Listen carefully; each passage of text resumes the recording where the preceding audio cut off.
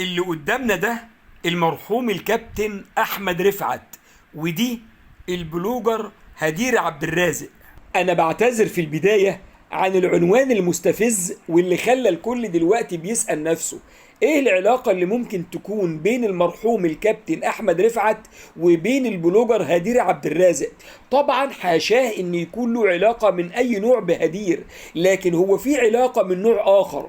الاتنين من المشاهير، الاتنين الناس كلها بتتكلم عنهم، الاتنين محرك البحث في جوجل شغال عليهم، الاتنين مش موجودين قدامنا دلوقتي. واحد توفاه الله ونحسبه شهيد بإذن الله، والتانية مسجونة.